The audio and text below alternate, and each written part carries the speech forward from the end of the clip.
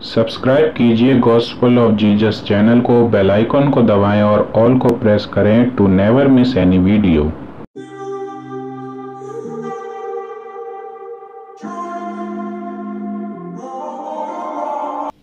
प्रभु को धन्यवाद हो और परमेश्वर के वचन की ओर जाएंगे। उससे पहले हम सभी सुनने वालों को प्रभु यीशु मसीह के नाम से जय मसीह की बोलता हूं।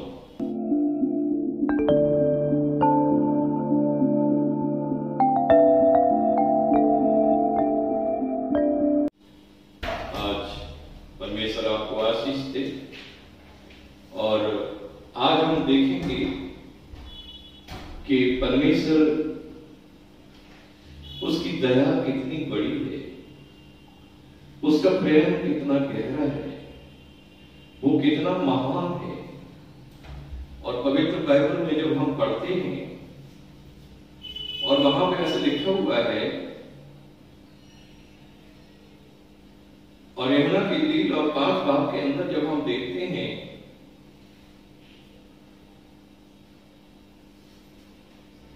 और इन बातों के पश्चात यहूदियों का एक पर्व हुआ और यीशु यरूशलेम को गया और यरूशलेम में भेड़ फाटक के पास एक कुंड है जो इब्रानी भाषा में बैतसदा कहलाता है और उसके 5 ओसारे हैं और इनमें बहुत से बीमार, अंधे, लंगड़े और सूखे अंग वाले पानी के हिलने की आशा में पड़े रहते हैं, क्योंकि नियुक्त समय पर परमेश्वर के स्वर्गदूत कुंड में उतरकर पानी को हिलाएं कि पानी हिलते ही जो कोई पहले उतरता है वह चंगा हो जाए, चाहे उसकी बीमारी कोई भी क्यों न हो। वहां एक मनुष्य था जो 38 वर्ष से बीमारी में पड़ा था। यीशु ने उसे पड़ा हुआ देखकर और यह जानकर कि वह बहुत दिनों से इस दशा में पड़ा है, उसने पूछा, क्या तू चंगा होना चाहता है? और उस बीमार ने उसको उत्तर दिया, हे प्रभु, मेरे पास कोई मनुष्य नहीं कि जब पानी हिलाया जाए तो मुझे कुंड में उतारे, परंतु मेरे पहुंचते ही दूसरा मुझसे पहले उतर जाता है। यीशु ने उससे कहा, उठ और अपनी खाट उठा और चल फिर। और वह मनुष्य तुरंत चंगा हो गया और अपनी खाट उठाकर चलने फिरने लगा। प्रभु को धन्यवाद हो। देखा आपने, और ये तो प्रभु का प्यार है और ये उसकी दया है और ये उसका अनुग्रह है। और यहां पे जब आपने सुना कि जो वो बैतसदा जो एक पर्व की जगह पर स्थान था और वहां एक बहुत ही फेमस कुंड था, और जब कोई उस पानी में जब फरिश्ते उसको हिलाते थे पहले उतर जाता था और एक व्यक्ति हर पर्व के समय पे ठीक हो जाता था। लेकिन ये जो व्यक्ति है और ये 38 साल से बीमार पड़ा है और इसको 38 साल हो गए, लेकिन ये इसी विश्वास में है और इसके मन की इच्छा ये है और बड़ी आशा लगाए है ये कि एक दिन और मैं भी उस पानी के अंदर उतर जाऊंगा और मेरा बीमारी ठीक हो जाएगा। सो हमारे प्रिय भाई और बहनों, प्रभु के बच्चों, प्रभु की बेटी, प्रभु के बेटों,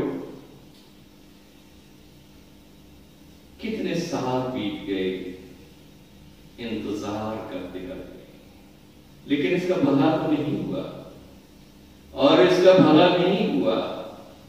लेकिन इसने अपनी आशा को बनाए रखी, इसने अपना विश्वास बनाए रखी और इसने अपना उम्मीद नहीं छोड़ा। और एक दिन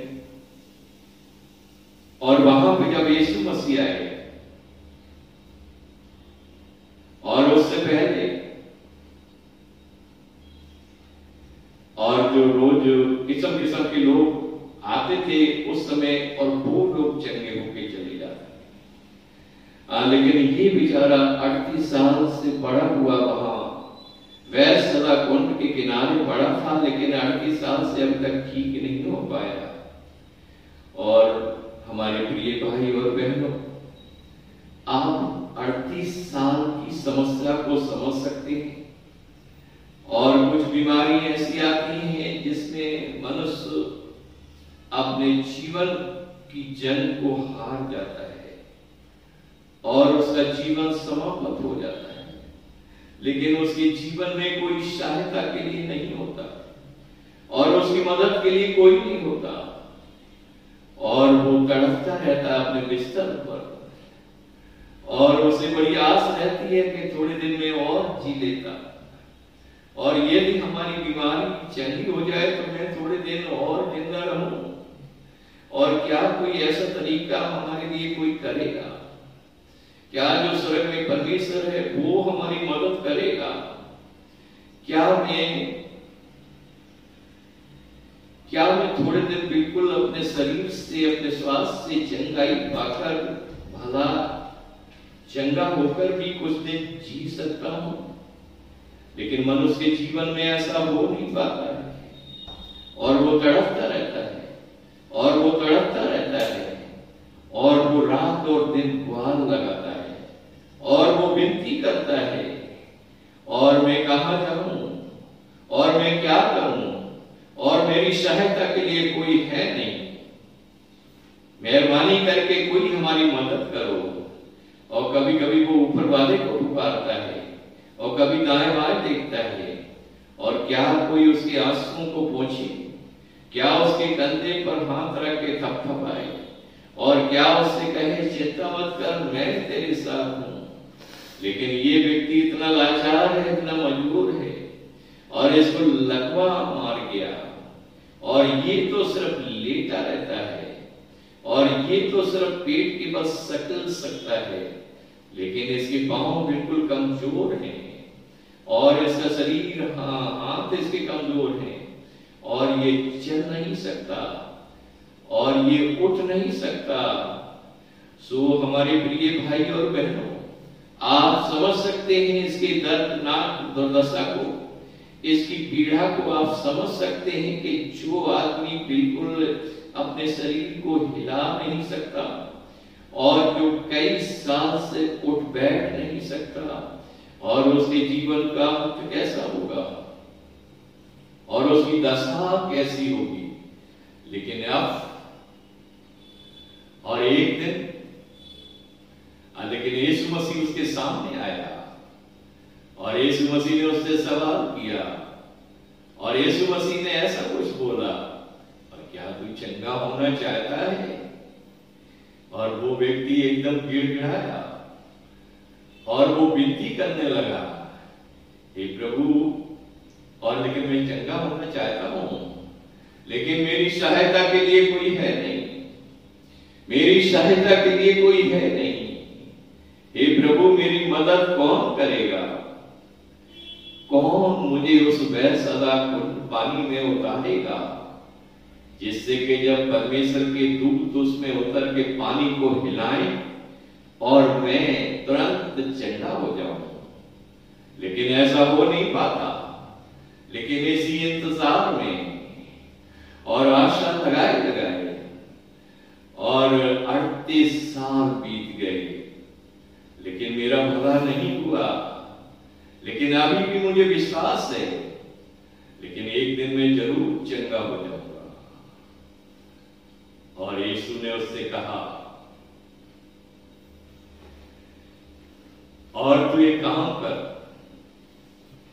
और यीशु ने क्या कहा? और मेरे भाई तू एक काम कर, और इस बीमारी में तुझे काफी दिन बीत गए हैं, लेकिन आज मैं तुझसे कहता हूं कि अपनी खाट को उठा ले और अपने बिस्तर को झाड़ दे और चल फिर, और उसके बाद तू अपने घर चला जा। सो हमारे प्रिय भाई और बहनों, आप समझ रहे हैं उस व्यक्ति की दुर्दशा और उसके हृदय की तड़फ, और रात और दिन उसके आंसुओं का बहना। लेकिन एक तरफ आप देख रहे हैं यीशु का प्यार। और हो सकता है कि डॉक्टर अपने टेस्टमेंट में कुछ टाइम लगा दें और शायद वो रिपोर्ट में कुछ टाइम लग जाए और कई महीने लग जाए और फिर उसके बाद इलाज शुरू हुए। लेकिन उसके बाद भी अगर कामयाबी ना भी मिले, लेकिन जब यीशु मसीह आपके सामने आते हैं और जब यीशु आपके सामने आते हैं तो फिर पता है क्या होता है। और वो तुरंत होता है और उसी वक्त होता है, और जैसे वो कहते हैं वैसे होता है। तो यीशु ने क्या कहा?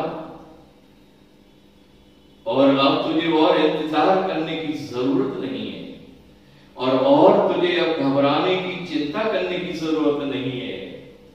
तो तू एक काम कर कि अपना खाट को उठा और अपने बिस्तर को झाड़ दे और अपने घर चला जा।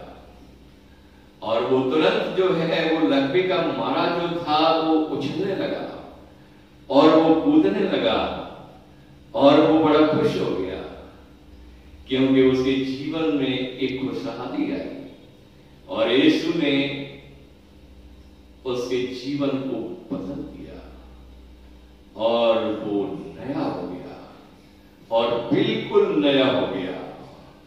सो हमारे प्रिय भाई और बहनों, हमें नहीं पता कि आपके शरीर में बीमारी है कि आपकी आत्मा में बीमारी है, और आपकी बीमारी चाहे कोई भी क्यों न हो, और बेशक आपके मन की बीमारी हो जिससे आपको रात दिन चैन या नींद नहीं आती, लेकिन यीशु की आपको बहुत जरूरत है। तो मेहरबानी कीजिए और यीशु के पास आइए और वो आपको कहेगा और वो आपको चंगाई देगा और वो आपको शांति देगा और वो आपके जीवन को बदल देगा। और एक यीशु मसीह आपके लिए ऐसा करेगा। सो हमारे प्रिय प्रभु के बच्चों, यीशु मसीह आपके लिए ऐसा करेगा जैसा उसने उस लकवे के मारे के लिए किया। लेकिन वो अब मनुष्य के हृदय को देखता है और मनुष्य के टूटे हुए हृदय को देखता है। पवित्र बाइबल में ऐसे लिखा है, और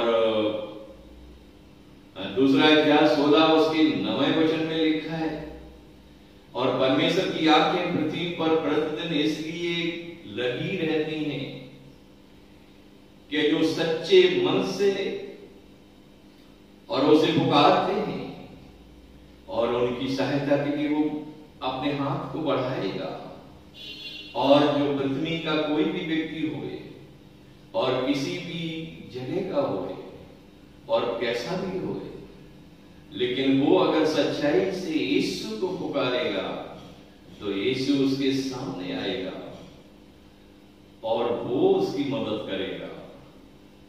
वो फिर कुछ ऐसे कहेगा और अपनी खाट उठा के तू अपने घर चलेगा और तू चंगा हो जा। और सो हमारे प्रिय भाई और बहनों, और ये तो यीशु मसीह का प्यार है और ये आपके लिए है और ये सबके लिए है, क्योंकि वह सबका प्रभु है। पवित्र बाइबल में ऐसे लिखा हुआ है, और रोमियो की किताब 10 उसकी 12 और उसके 13 वचन में, और जो कोई प्रभु का नाम लेगा वो छुटकारा पाएगा, और जो कोई प्रभु का नाम लेगा वो छुटकारा पाएगा। और यूहन्ना की इंजील और 8 उसके 40 वचन को हम पढ़ते हैं, और यूहन्ना की इंजील 8 उसके 40 वचन को,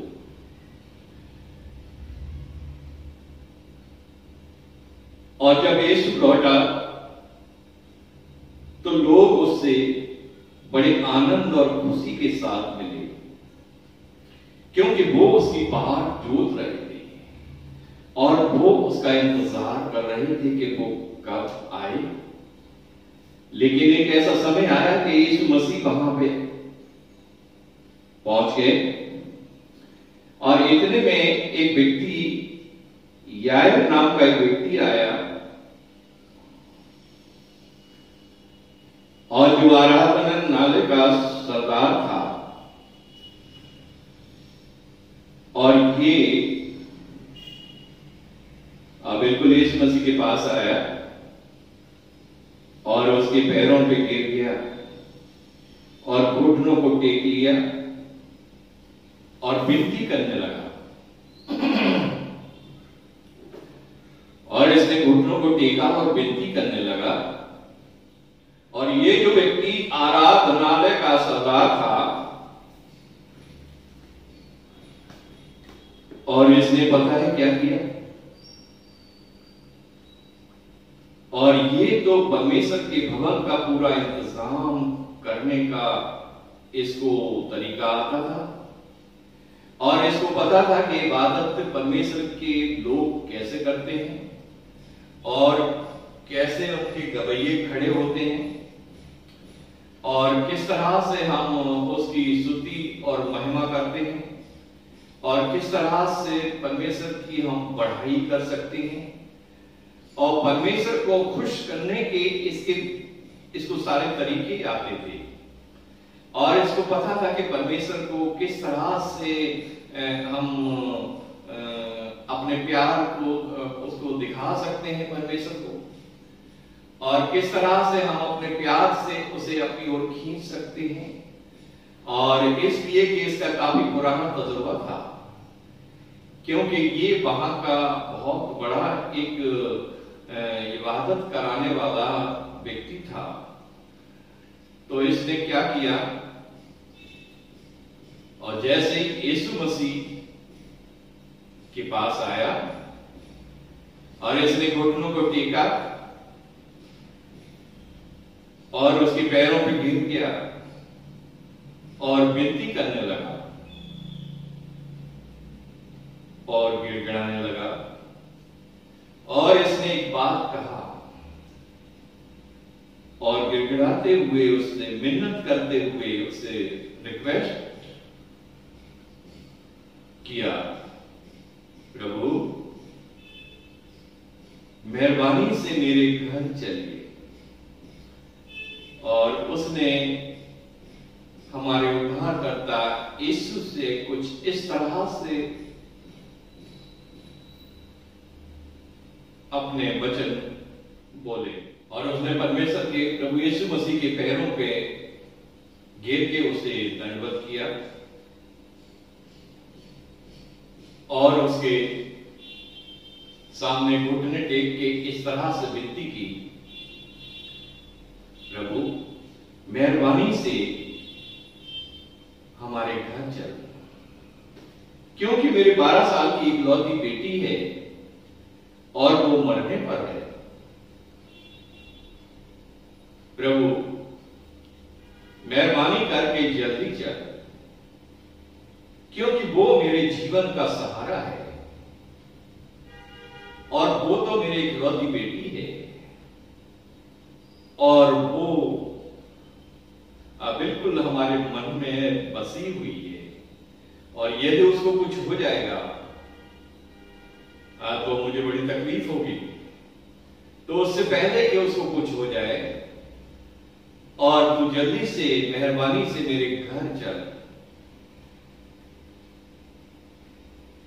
लेकिन यीशु मसीह के पास बड़ी भीड़ थी और उसके चाहने वाले बहुत सारे लोग थे, लेकिन वो इतनी जल्दी चल नहीं पाया। और क्योंकि काफी दिन के बाद वहां पे वो लौटा था और लोग मिलने वालों की उसके सामने भीड़ लगी थी, और बहुत से लोग उससे कुछ बोलना चाहते थे और बहुत से लोग उसकी कुछ सुनना चाहते थे। लेकिन इस बीच में और उसको कुछ टाइम लग गया, और यीशु मसीह उसके प्यार से बहुत प्रेरित हो गया, और यीशु मसीह बहुत ज्यादा उसके याहिर के विनती ने उसके ऊपर प्रभाव डाला, और वो चाहता था कि मैं जल्दी से इसके घर जाऊं। लेकिन लोगों की भीड़ वहां बहुत ज्यादा थी, लेकिन इसलिए वो कुछ देर लग गया। सो हमारे प्रिय भाई और बहनों, हम और आप सारी दुनिया के लोग जब हम परमेश्वर की हजूरी में जाते हैं और आपने देखा, प्रभु का धन्यवाद हो, और वो तो एक परमेश्वर का दास था और उसको पता था कि परमेश्वर के सामने किस तरह से हमें जाना चाहिए। सो प्रभु के लोगों, हमें इस बात को समझना बहुत जरूरी है कि परमेश्वर की हजूरी में हमें कैसे जाना चाहिए और परमेश्वर को प्रसन्न करने के लिए हमें क्या करना चाहिए। जैसे इसने कहा, जैसे इस व्यक्ति ने करा, और आप देख रहे हैं इसने क्या किया। और वह आया और उसके पैरों पर गिर के और घुटनों को टेक लिया और उससे विनती करने लगा, और उसने कहा, प्रभु मेहरबानी से मेरे घर चल, मेहरबानी से मेरे घर चल, क्योंकि मेरी 12 बरस की बेटी है, वो मरने पर है। लेकिन प्रभु जल्दी चल, उससे पहले कि वो मृत्यु की सया में सो जाए, मेहरबानी करके जल्दी चल। लेकिन यीशु मसीह को कुछ देर हो गई और वो नहीं चल पाया। लेकिन इतने में क्या हुआ, और एक व्यक्ति आया और वो उससे कहने लगा, और अब तो गुरु को तकलीफ ना दे, और अब तू इनको और तकलीफ मत दे, क्योंकि तेरी बेटी तो मर चुकी है, और तेरी बेटी मर चुकी है, और इसलिए अब इनको परेशान करने की तुझे जरूरत नहीं है। लेकिन यीशु मुड़ा और यीशु ने याहिर से कहा, याहिर, और मेरे भाई तू परवाह मत कर और लोगों को कुछ भी कहने दे, लेकिन तू जिस विश्वास से हमारे पास आया है और उसी विश्वास को लेके बैठा रहे, और तू थोड़ा और इंतजार कर, लेकिन और बस तू विश्वास रख, लेकिन लोगों की मन सुन। और किसी की बात को बिल्कुल ध्यान मत दे, लेकिन मैं तेरे घर चलूंगा और देख, अपनी बेटी की चिंता मत कर, और तू अपनी इकलौती बेटी की परवाह मत कर कि उसको कितनी बड़ी बीमारी, कितनी बड़ी समस्या है, लेकिन मैं तेरे घर चलूंगा। और यार, और मैं तेरे घर चलूंगा, और अभी इसी वक्त। सो हमारे प्रिय भाई और बहनों, और जब आप यीशु के पास जाते हैं और लोग आपको रोकने की कोशिश करेंगे, और शायद कुछ लोग कहें कि तू यीशु को छोड़ के दूसरी जगह चला जा, क्योंकि यीशु के पास इतना अधिकार नहीं है और वो तेरे लिए कुछ कर नहीं पाएगा, तो इसलिए मैं तुझे कोई दूसरी जगह बताऊं, वहां चला जा। और इस तरह से आपके जीवन में बड़ी रुकावटें आएंगी और बहुत सारे लोग आएंगे, और शायद है कि वो आपके परिवार के लोग होंगे, और शायद है कि वो आपके रिश्तेदार होंगे, और शायद फिर वो आपके पड़ोसी होंगे, और वो आपको बहुत सारी बातों से रोकेंगे, और वो कहेंगे यीशु से तेरा क्या वास्ता है, और वो तो कुछ कर नहीं सकता, और वो तेरी मदद नहीं कर पाएगा, और वो कहां का परमेश्वर है, और लेकिन हम उसे नहीं जानते, तो तू क्यों उसके पीछे पड़ा है। तो इस तरह की बहुत सारी बातें लोग आपसे बोलेंगे, लेकिन यीशु मसीह के पास आने नहीं देंगे। लेकिन यीशु आपके जीवन में आएगा, और वो आपके हृदय में आएगा, और वो आपसे कहेगा, और यीशु आपके मन में कहेगा, और मेरे भाई, मेरी बेटी, और तू किसी बात की चिंता मत कर, और लोगों को बोलने दे, लेकिन लोगों की परवाह मत कर, लेकिन मैं तेरे घर चलूंगा, और मैं तेरे घर चलूंगा, लेकिन तू विश्वास रख। और ऐसा ही हुआ, और यीशु उनके घर में पहुंचे, और यीशु जब यायर के घर में पहुंचे, और यहां पे इसके 8:51 पद में लिखा है, और यीशु ने ये सुनकर उसे उत्तर दिया, और डर मत, केवल विश्वास रख, तो वह बच जाएगी। अगर तू विश्वास रखेगा तो तेरी बेटी को कुछ नहीं होगा, और तेरी बेटी जो है वो बच जाएगी। और यीशु ने कहा, यदि तू विश्वास रख तो तेरी बेटी बच जाएगी। और फिर वो उसके घर में आया, और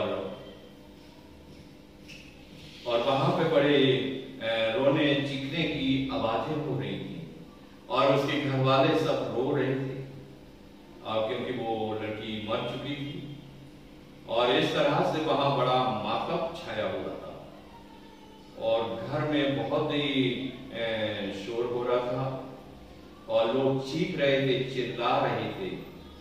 लेकिन जब यीशु आता है, और फिर पता है क्या होता है, और यीशु आए,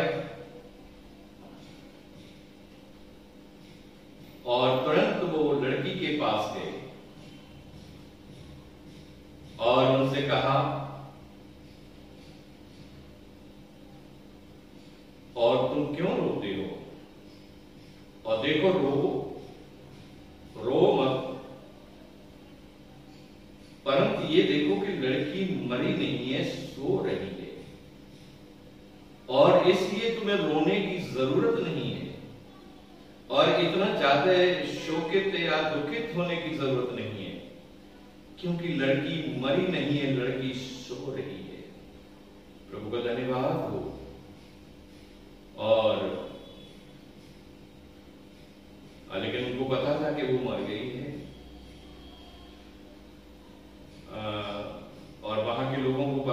कि वो मर चुकी है। और लोग जो है यीशु मसीह की खिल्ली उड़ाने लगे और मजाक करने लगे, और वो कहने लगे कि यदि इसको इतना ही हमदर्दी था तो थोड़ा पहले आ जाता।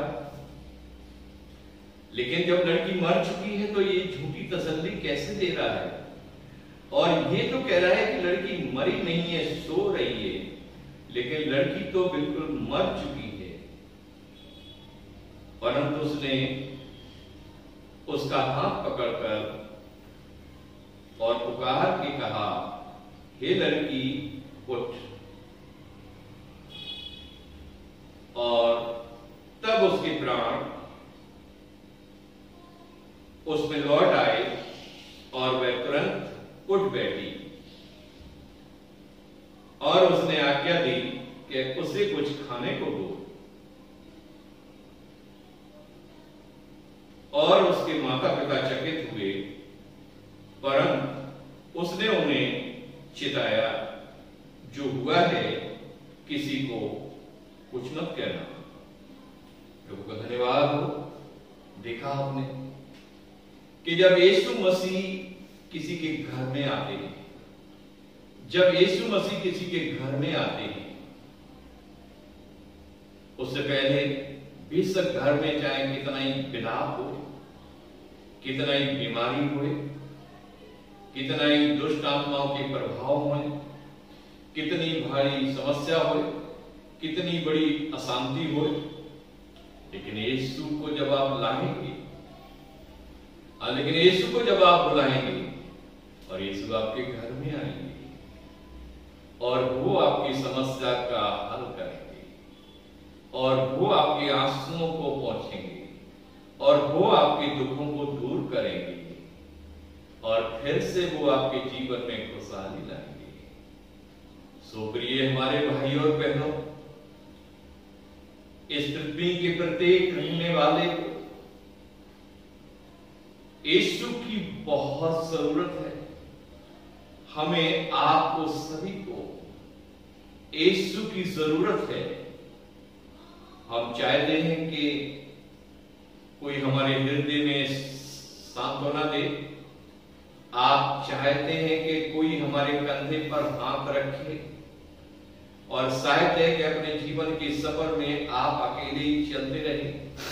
आपको घर में शांति नहीं, बाहर शांति नहीं, और हर एक मनुष्य आपको बुरा बोलने वाला है और हर एक आपको तकलीफ पहुंचाने वाला है, लेकिन कोई भी आपसे हमदर्दी रखने वाला कोई नहीं।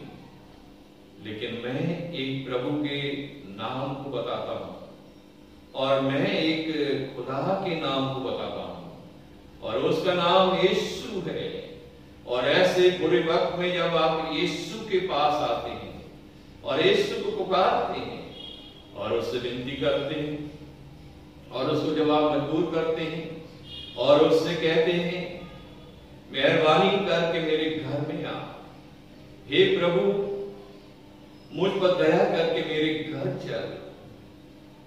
क्या तेरे बगैर हमारा जीवन बड़े दुख में है, तेरे बगैर हमारे परिवार में अंधकार छाया हुआ है, तेरे न होने से हमारे घर में बड़ा विलाप है, लेकिन तू आएगा तो हमारा घर, हमारा जीवन बदल जाएगा। यीशु ने कहा, यूहन्ना के